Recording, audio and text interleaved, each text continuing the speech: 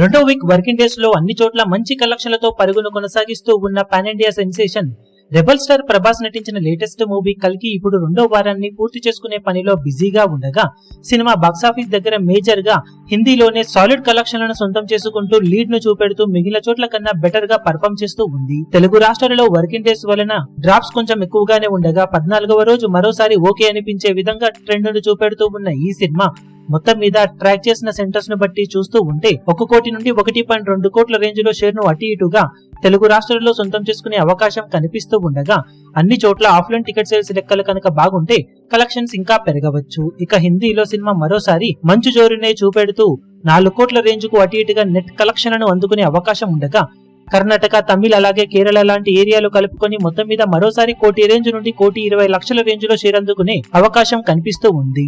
Overseas లో కూడా మరోసారి పర్వాలేదనిపిస్తున్న ఈ సినిమా వరల్డ్ వైడ్ గా 14వ రోజున 5 కోట్ల నుండి 5.5 కోట్ల రేంజ్ లో షేర్ ను అందుకునే అవకాశం కనిపిస్తూ ఉండగా అన్ని చోట్ల ఆఫ్లైన్ టికెట్ సేల్స్ లెక్కలను బట్టి కలెక్షన్స్ కొంచెం అటు ఇటుగా ఉండే అవకాశం ఉంది.